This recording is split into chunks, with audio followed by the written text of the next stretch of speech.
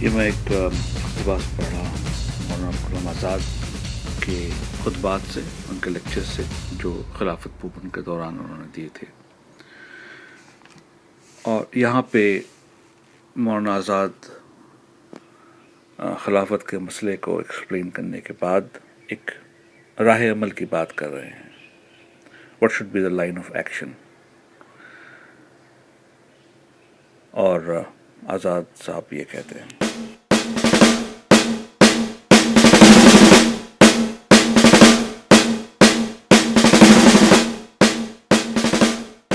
لیکن ہمارے لیے اصلی سوال اب یہ نہیں رہا کہ گورنمنٹ کو کیا کرنا تھا، صرف یہ ہے کہ ہمیں کیا کرنا چاہیے. اس بارے میں راہ عمل مسلمانوں کے لیے ہمیشہ سے ایک ہی رہی ہے اور ہمیشہ کی طرح اب بھی ایک ہی ہے.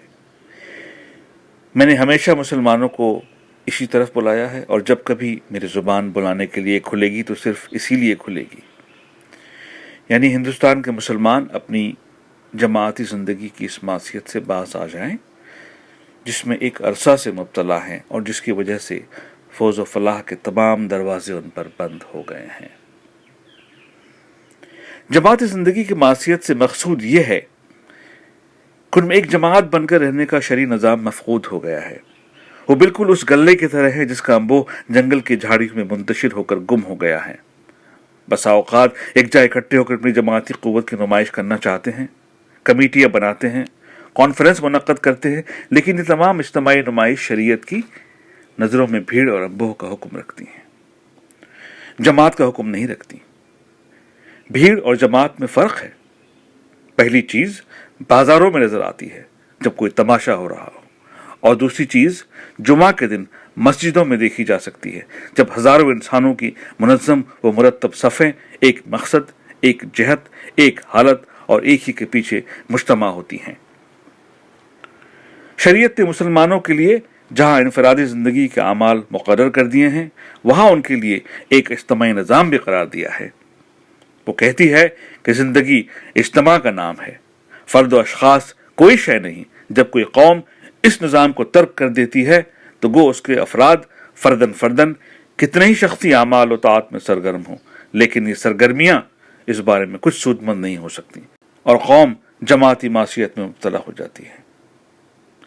شخصی اعمال کی اصلاح و درستی بھی نظام اجتماعی کے قیام پر موقوف ہے.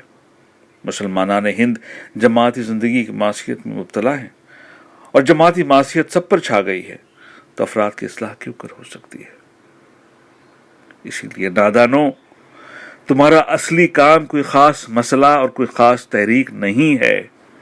ہمیشہ سے اور ہمیشہ کے لیے صرف یہی ہے کہ ہندوستان کے مسلمانوں کو مسلمان بننا چاہیے اور قوم و فرد دونوں اعتباروں سے ٹھیک ٹھیک اسلامی زندگی اختیار کر لینی چاہیے.